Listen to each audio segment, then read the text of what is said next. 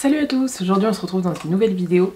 Et aujourd'hui on va se retrouver avec un tuto make-up avec la mini pastel de chez Natasha Denona. Du coup je vous avais dit dans la vidéo de dimanche donc que je vous parle des nouveautés de janvier, que je l'avais commandé et que je vous ferai le tuto. Du coup je vous fais le tuto aujourd'hui. J'ai reçu, c'est la mini pastel palette de chez Natasha Denona, donc c'est les petites palettes avec 5 fards à paupières. Je la trouve très jolie, c'est pour ça que je l'ai achetée, elle est au prix de 27 €.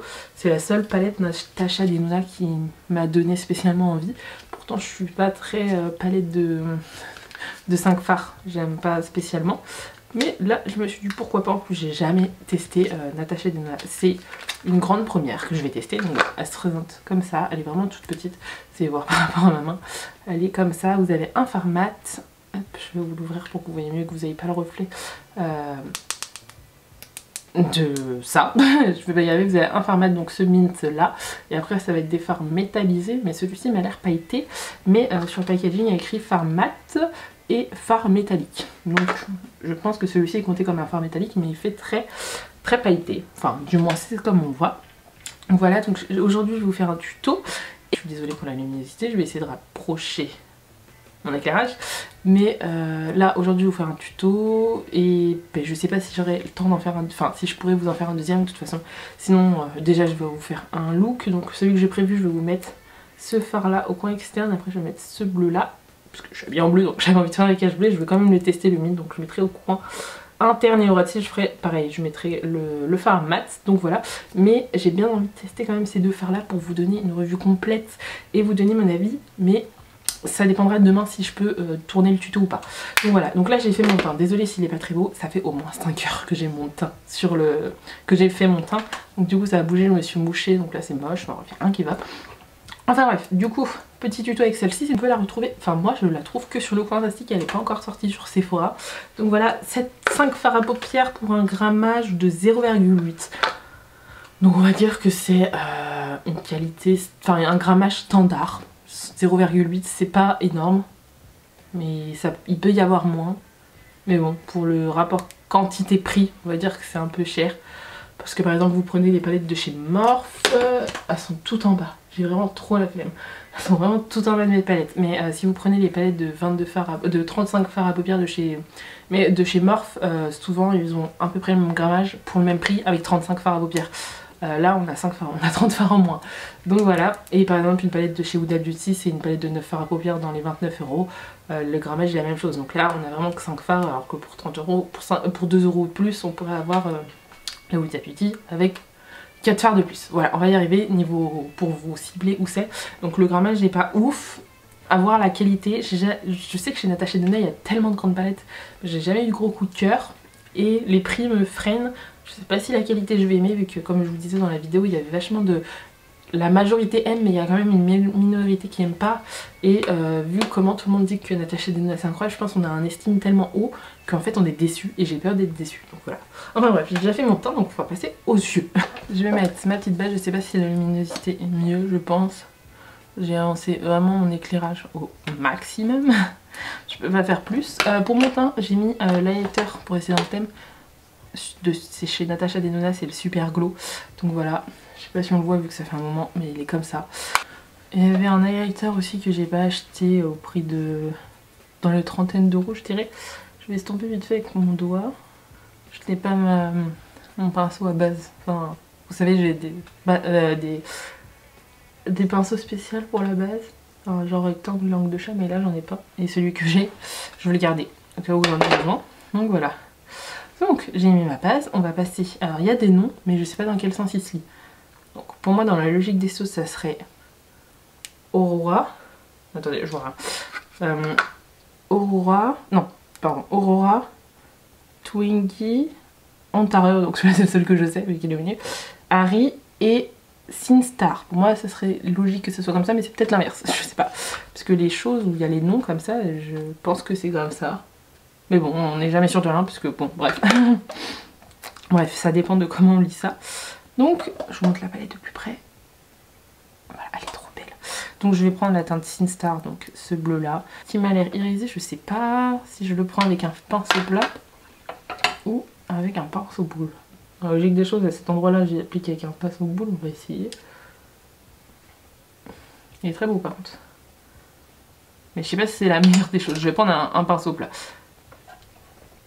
Donc comme ça, là, la pigmentation avec un pinceau estompeur. Ah oui, mais c'est 3 fois mieux. La pigmentation avec un pinceau plat. Parce que là on écrase la matière, donc forcément c'est très beau. Bon, du coup je vais venir estomper quand même, parce que je vais pas le laisser mat, enfin, pas estomper comme ça. Il s'estompe bien. Alors, je vais me rapprocher. Vous voyez, là il y a la... il s'est estompé un peu mat, c'est très joli. Forcément, ça perd en intensité, enfin ça perd en intensité. On perd les paillettes une fois qu'on estompe, mais ça ne peut pas tous les fariser. Après vous avez juste à hop, tapoter comme ça. Donc ensuite, j'ai dit que j'appliquais lequel? J'applique Ontario, donc celui-ci là. Je vais le mettre au milieu. Pinceau plat, pinceau plat, c'est compliqué là. Waouh, celui-ci il brille de mille feux. Je pensais pas qu'il était aussi clair. Ah non, je pensais pas qu'il était aussi clair. Ça va pas être beau du coup.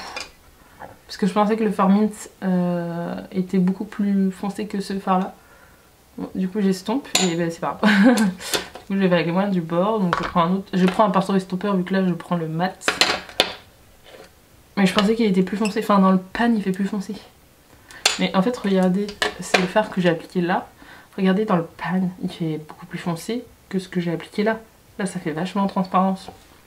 Mais bon c'est pas grave. Je viens bien estomper ce fard du coup dans les autres. Bon avec le fard irisé vu que c'est à peu près la même tonalité, ça reste bleu, ça se dégrade plutôt bien. Par contre le fard mat, enfin le fard vert là, il est incroyable. Il fait plus vert sur le que mint.